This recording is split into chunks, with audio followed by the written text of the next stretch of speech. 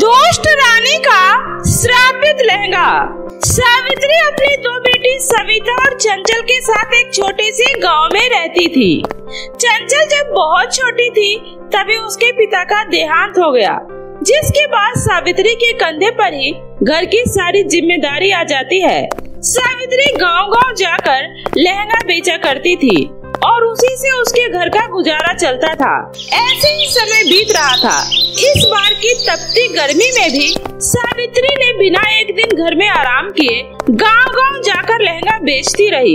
लेकिन मॉडर्न युग में अब सावित्री के हाथ का बनाया हुआ लहंगा कोई नहीं खरीद रहा था, जिस वजह से सावित्री के घर की हालत दिन ब दिन बहुत ही खराब होते जा रही थी। सावित्री और चंचल, तुम दोनों आज जल्दी सो गई? हाँ माँ, वो चंचल के पेट में बहुत दर्द हो रहा था, इसलिए हम दोनों बहनें पानी पीकर सो गए। आज आपका कुछ काम हुआ क्या माँ? नहीं बेटा, आज भी कोई लहंगा नहीं बिका। आज भी तुम दोनों को भूखा ही सोना पड़ेगा। उसके बाद सभी भूखे ही सो जाते हैं। अगले दिन सावित्री जब लहंगा बेचने जाने लगती है तभी वो चक्कर खाकर बेहोश हो जाती है। सविता जल्दी से वैद्य जी को बुलाकर लाती है। लगता है काफी दिनों से इन्होंने कुछ खाया नहीं, जिससे शरीर में बहुत ज्यादा कमजोरी आ गई है। अगर अभी भी इनके खान पान पे ज्यादा ध्यान नहीं दिया गया तो ये कुछ ही दिनों में बिस्तर पकड़ लेंगी। इतना बोलकर वैद्य जी वहाँ से चले जाते हैं। आह, पानी पानी। हाँ माँ, ये लो पानी पी लो। उसके बाद सविता चंचल से कहती है, चंचल तू यही माँ का ध्यान रख, मैं काम का पता करके आती हूँ।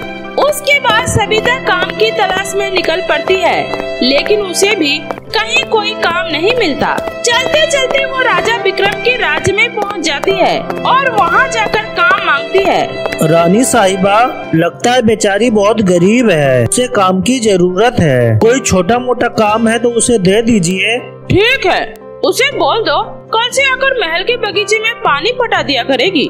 तुम्हारा काम हो गया, कल सुबह टाइम से आ जाना। तुम्हें सुबह आकर महल के बगीचे में पानी पटाना है। काम तो मिल गया, लेकिन आज तो माँ को कुछ खिलाना होगा ना। आज का क्या करूँ? सविता सोचते सोचते घर आ जाती है। क्या हुआ दीदी, काम मिला? काम तो मिल गया चंचल, वो भी इतने बड़े राजा के महल में, लेकिन उन्होंने मुझे कल से बुलाया है। अब आज माँ को भूखा नहीं सुला सकती। आप चिंता मत करो दीदी, यहीं पास के जंगल में चलते हैं, शायद वहाँ हमें कोई फल मिल जाए। उसके बाद दोनों बहनें फल की तलाश में जंगल में काफी दूर तक चली जाती है। चंचल, जंगल में चलते चलते 2 घंटे से ज्यादा हो गया, लेकिन कहीं भी कोई फल नहीं दिख रहा। लगता है आज की रात भी हमें भूखा ही सोना पड़ेगा। तभी उन दोनों बहनों की नजर एक खंडर पड़े महल पर जाती है। चंचल, वो देख महल। दीदी, ये तो पूरा खंडर हो चुका है। हाँ, माना कि ये महल खंडर हो चुका है, लेकिन इसके अंदर जरूर कुछ ऐसा मिल सकता है जिसे बेचकर हम कुछ दिनों का राशन तो ला ही सकते हैं। अब चल अंदर चलकर देखते हैं। उसके बाद दोनों बहनें उस महल के अंदर चली जाती है। तभी सामने उसे एक बहुत ही बड़ी रानी की मूर्ति दिखाई देती है। दीदी, लगता है ये महल किसी राजा का नहीं बल्कि किसी रानी का है। तभी उसे वहाँ पर एक चमचमाता हुआ सुंदर सा लहंगा दिखता है। तुम दोनों बहनों का इस महल में स्वागत है। क्या तुम बोल सकती हो? हाँ, मैं बोल भी सकती हूँ और चल भी सकती हूँ, क्योंकि मैं एक जादुई लहंगा हूँ। अब मेरी बात को ध्यान से सुनो। मैं जानती हूँ तुम दोनों बहनों को भी पैसों की बहुत ही ज्यादा जरूरत है और तुम्हारी माँ भी बहुत ही ज्यादा बीमार है। तुम्हें हमारे बारे में इतना सब कैसे पता? मैं सब कुछ जानती हूँ। अगर तुम दोनों बहनें चाहो तो मैं तुम्हें बहुत ही ज्यादा अमीर बना सकती हूँ, लेकिन तुम्हें इससे पहले मेरा एक काम करना होगा। कैसा काम? तुम दोनों बहनों को राजा विक्रम के सबसे छोटे पुत्र को यहाँ लेकर आना होगा। ये सुनकर दोनों बहनें काफी ज्यादा डर जाती है। नहीं, हम ऐसा नहीं कर सकते, हमें तुमसे कुछ नहीं चाहिए। चंचल, चलो यहाँ से। देख लो, एक बार अच्छे से सोच लो, ये काम तुम्हारे लिए उतना भी मुश्किल नहीं है। तुम्हें तो उस महल में बगीचे में पानी पटाने का काम भी मिला है। छोटे राजकुमार उस बगीचे में अक्सर शाम को खेलने आते हैं। तुम्हें बस उन्हें बहलाकर अपने साथ लाना है। उसके बाद मैं तुम्हें बहुत ही ज्यादा मालामाल कर दूंगी। जिससे तुम अपनी माँ का एक अच्छे हॉस्पिटल में इलाज करवा सकती हो, अपनी छोटी बहन को एक अच्छा जीवन दे सकती हो और खुद भी बिना कुछ किए बहुत ही आराम की जिंदगी गुजार सकती हो। नहीं नहीं, मैं ऐसा नहीं कर सकती। चंचल, चलो यहाँ से। दीदी, माँ की हालत सच में बहुत ही ज्यादा खराब है। अगर उन्हें कुछ हो गया फिर हम अकेले क्या करेंगे?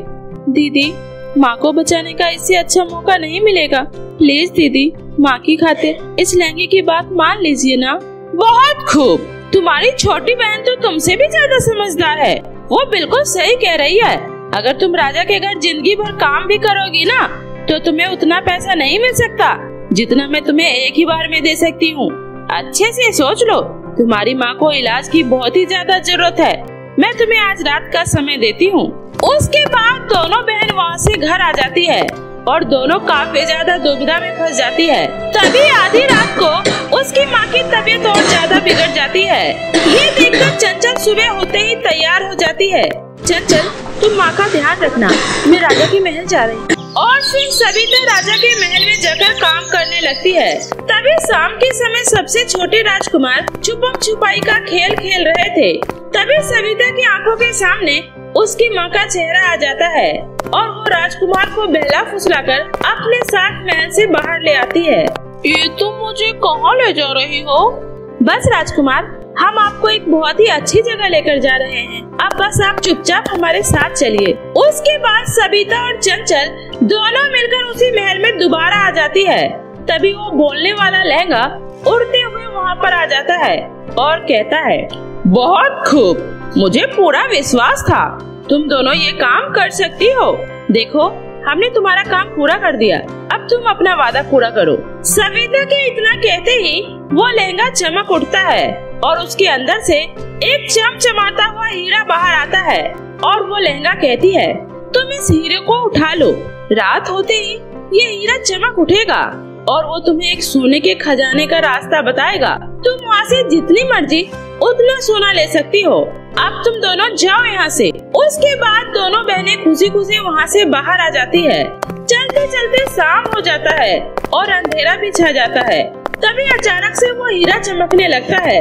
दोनों बहनें चमकते हुए हीरा की दिशा की तरफ बढ़ने लगती है। थोड़ी ही देर में वे सब सोने के खजाने के पास पहुँच जाती है। उसके बाद दोनों बहनें वहाँ से खूब सारा सोना उठाकर अपने घर ले आती है और उन पैसों से घर का सारा राशन ले आती है। दीदी, अब हमारी गरीबी के दिन खत्म हो जाएंगे। अब तो हम बहुत ही ज्यादा अमीर हो जाएंगे और अपनी माँ का भी अच्छी हॉस्पिटल में इलाज कराएंगे। तभी वहाँ पर पत्थर की मूर्ति वाली रानी प्रकट हो जाती है। मूर्ख लड़की, तुम दोनों ने चंद सोने के लालच में अपने ही राजा से गद्दारी कर ली। मुझे पुनर्जीवित होने के लिए राजा का छोटा पुत्र और 2 लालची कन्या और ढेर सारे सोने की आवश्यकता थी और तुमने मेरा सारा काम आसान कर दिया। अब मेरे साथ चलो। उसके बाद वो रानी वहाँ से सारा सोना और दोनों बहनों को लेकर गायब हो जाती है। कुछ देर बाद राजा एक तांत्रिक के साथ सावित्री के घर आता है। कहाँ है तुम्हारी दोनों बेटी? उसके बाद सावित्री राजा को सारी घटना के बारे में बता देती है। जिसका डर था वही हुआ राजन। जल्दी चलिए, हमारे पास वक्त बहुत कम है। अगर वह दुष्ट आत्मा अपने मकसद में कामयाब हो गई तो अनर्थ हो जाएगा। मैं हर हाल में उसे रोकना होगा। ये सब सुनकर सावित्री रोते हुए बोली, साधु महाराज, आखिर वो औरत कौन थी जो राजकुमार के साथ साथ मेरी दोनों बेटी को अपने साथ ले गई? वो राजा विक्रम की सौतेली माँ थी। उसके पास चुड़ैल का दिया हुआ खतरनाक लहंगा है, जिसकी वजह से वो अपने ही राज्य के बेगुनाह लोगों को मार रही थी। जब ये बात बड़े राजा साहब को पता चली तो उन्होंने उस पुराने महल के दीवालों के बीच तो उसके उस श्रापित लहंगे के साथ उस दुष्ट रानी को दीवार में चुनवा दिया। लेकिन तुम्हारी बेटी की बेवकूफी की वजह से वह लहंगा फिर से दुष्ट रानी को जीवित करना चाहती है। साधु, हर हाल में मुझे मेरा बेटा चाहिए। कुछ भी करिए तो बचा लीजिए। बुराई कितनी भी ताकतवर क्यों ना हो राजन, वो कोई न कोई गलती जरूर करती है जिससे हम उस बुरी शक्तियों का सामना कर सकते हैं। ढूंढने की कोशिश करो, कुछ तो ऐसा होगा। तभी सभी की नजर जमीन पर पड़ी उस हीरे पर जाती है जो जमीन पर गिरे चमक रही थी। साधु जल्दी से उस हीरे को उठा लेता है। जिस चीज की मुझे तलाश थी वो मुझे मिल चुकी है। इससे पहले कि देर हो जाए तो मेरे साथ। आज चंद्र ग्रहण की रात है, हमें उसे पूजा करने से रोकना होगा। हे जादुई हीरा, हमें उस महल के पास ले चलो। उसके बाद सभी उस महल के अंदर आ जाते हैं। तभी वे लोग देखते हैं कि छोटे राजकुमार को उस लहंगे ने एक तरफ लिटा रखा है।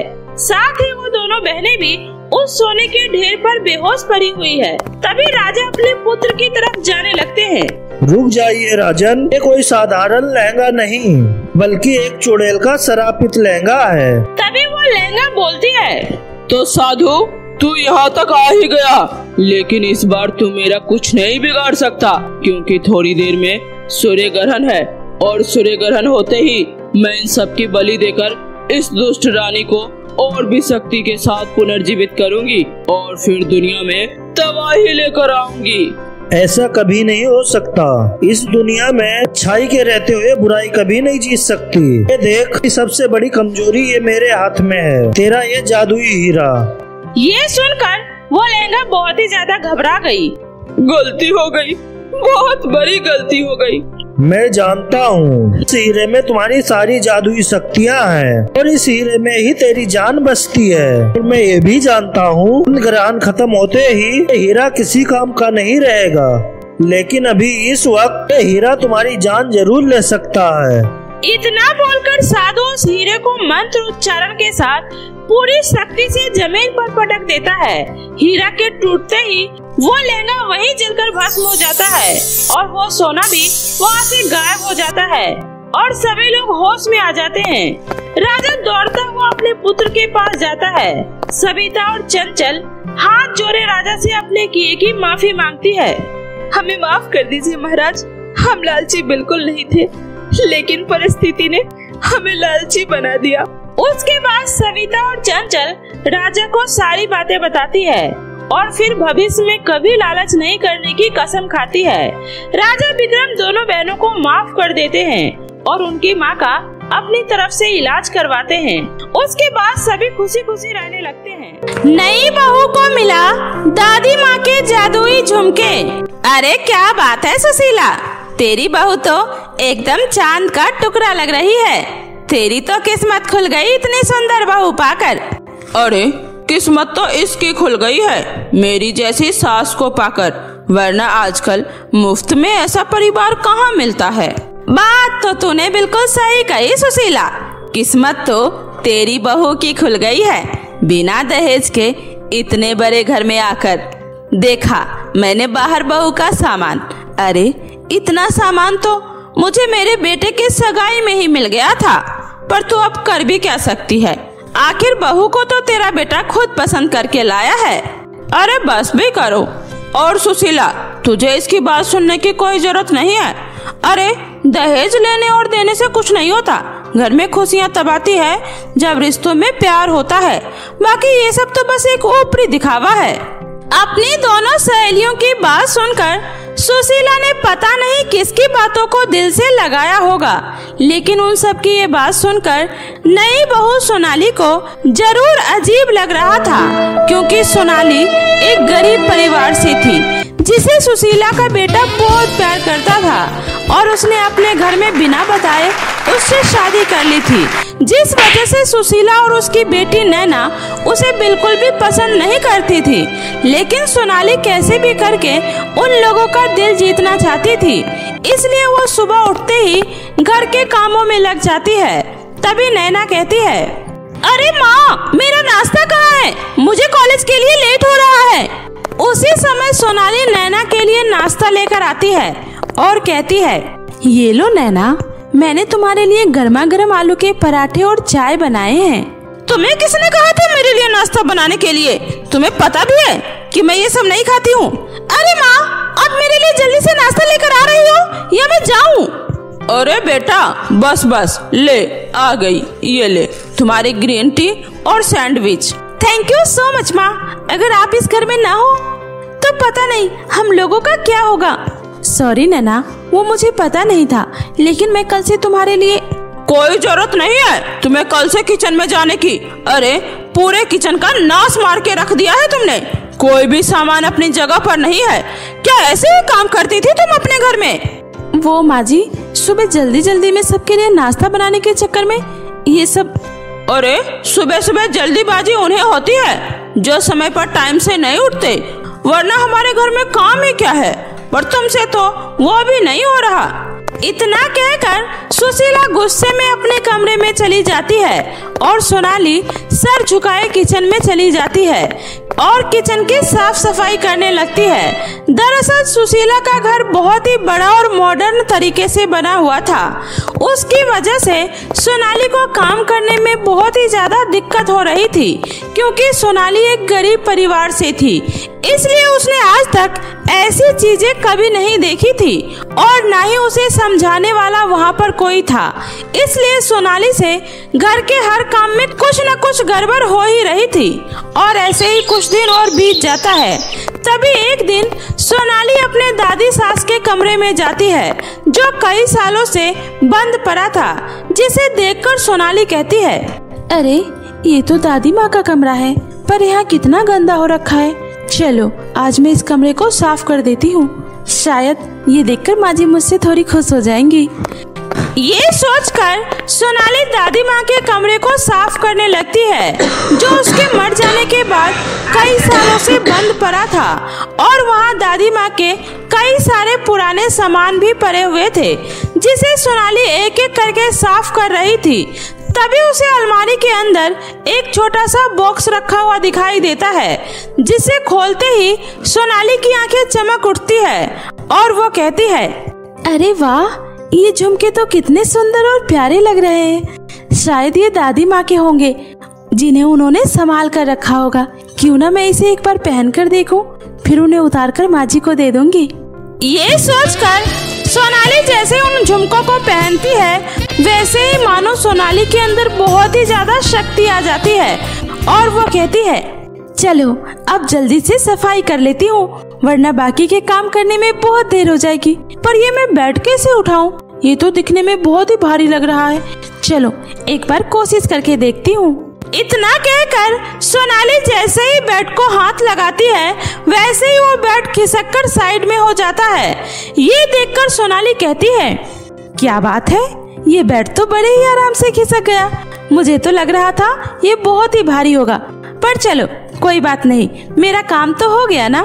और इस तरह उन झुमकों को पहनने के बाद सोनाली के हाथों में ताकत के साथ साथ जादुई शक्तियां भी आ जाती है, जिसकी वजह से सोनाली घर के सारे काम बड़े ही आराम से कर लिया करती थी, जिन कामों को करने में पहले उसे बहुत ही ज्यादा दिक्कत हो रही थी। तभी एक दिन, अरे अनुज बेटा, आज तो तू बड़ा जल्दी घर आ गया ऑफिस से, कोई काम था क्या? हाँ माँ, सोनाली को घर के कुछ सामान खरीदना था, इसलिए उसे शॉपिंग पे ले जाने के लिए आया हूँ। हाँ, क्यों नहीं, उसे शॉपिंग ले जाओ, मार्केट करवाओ, क्योंकि घर के काम करने के लिए तो मैं हूँ ही ना। अरे आज शाम को मेरी कुछ सहेलियाँ खाने पर आने वाली है, उसकी तैयारी कौन करेगा? क्या वो भी अब मैं ही करूँगी? माँ जी, आप उसकी चिंता मत कीजिए, मैंने घर के सारे काम कर लिए हैं और शाम का खाना भी तैयार कर दिया है और घर की सफाई भी कर दी है, इसलिए आप परेशान मत होइए, हम लोग जल्दी आ जाएंगे। मुझे बस घर का कुछ थोड़ा सा ही सामान खरीदना है। इतना कहकर सोनाली और अनुज वहाँ से चले जाते हैं। तभी सुशीला भागते हुए रसोई में जाती है, क्योंकि उसे लग रहा था कि सोनाली उससे झूठ बोल रही है। लेकिन जब सुशीला रसोई में जाती है तो कहती है, अरे ये क्या, रसोई तो बिल्कुल चमक रही है, ये तो सारे काम करके गई है और शाम का खाना भी बना कर गई है, पर इतने जल्दी इतना सारा काम कैसे किया इसने? चलो घर के बाकी कमरों में जाकर देखती हूँ। इतना कहकर सुशीला पूरे घर को चेक करती है, लेकिन उसे कहीं भी कोई कमी नहीं मिलती। इसलिए उसके पास सोनाली को सुनाने के लिए अब कोई वजह नहीं होती है। तभी नैना अपने कॉलेज से घर आ जाती है और सुशीला उसे सारी बातें बता देती है, जिसके बाद नैना कहती है, माँ मुझे तो अब कुछ गड़बड़ लग रहा है, भला इतनी जल्दी इतना सारा काम कोई कैसे कर सकता है? इतना कहकर वे दोनों माँ बेटी सोच में पड़ जाती है। तभी उसी शाम सुशीला की सारी सहेलियां खाना खाने आती है। खाना खाते ही वे लोग कहती हैं, अरे वाह सुशीला, तेरी बहू के हाथों में तो सचमुच में जादू है। अरे कितना स्वादिष्ट खाना बनाया है तेरी बहू ने, और घर भी कितने अच्छे तरीके से सजा कर रखा है। सच में तो बहुत किस्मत वाली निकली सुशीला। उन सभी औरतों की बातें सुनकर सोनाली को बहुत अच्छा लगता है और वो अपने झुमके की तरफ देखने लगती है। उसी समय सुशीला और उसकी बेटी नैना की भी नजर सोनाली के कानों में पहने उसके झुमके पर जाती है, जिसे देखकर वे सब समझ जाती है और किसी बहाने से वे लोग सोनाली को कमरे में बुलाती है और कहती है, अरे जल्दी बता, तुझे ये झुमके कहाँ से मिले? वो माँ जी, ये झुमके मुझे दादी माँ के कमरे में सफाई करते हुए मिले थे, तो तुमने इसे फट से पहन लिया। अरे तुम्हारी हिम्मत भी कैसे हुई इन झुमकों को हाथ लगाने की? देखा माँ, अब मुझे समझ में आया ये घर के सारे काम इतने आराम से क्यों कर रही थी। अरे ये सब दादी माँ के इन जादुई झुमकों का कमाल है। अच्छा, तो मुझे पता चला कि उस बुढ़िया ने ये झुमके मुझे क्यों नहीं दिए। कहती थी मैं इसके लायक नहीं हूँ, लेकिन ये फटीचर जैसे इसके बहुत लायक है। चल ला, मुझे ये झुमके दे। इतना कहकर सुशीला जैसे ही उन झुमकों को हाथ लगाती है, वैसे ही उसे बिजली का जोरदार झटका लगता है। तभी नैना भी उन झुमकों को निकालने की कोशिश करती है, तो उसे भी वैसे ही बिजली का झटका लगता है। और ऐसे ही बार बार कोशिश करने के बाद भी वे लोग उन झुमकों को नहीं निकाल पाते हैं। तभी हार मानकर सुशीला कहती है, रहने दे बेटी, शायद ये झुमके हमारे नसीब में ही नहीं है। खामखाई हमारी हड्डियां टूटी जा रही है, चल यहाँ से। इतना कहकर दोनों माँ बेटी वहाँ से चली जाती है और सोनाली अब समझ जाती है कि दादी माँ ने ये जादुई झुमके उसे आशीर्वाद के रूप में दिए हैं। इसलिए अब सोनाली को उस घर में किसी भी तरह की कोई तकलीफ नहीं होती है और वो खुशी खुशी अपना जीवन गुजारने लगती है।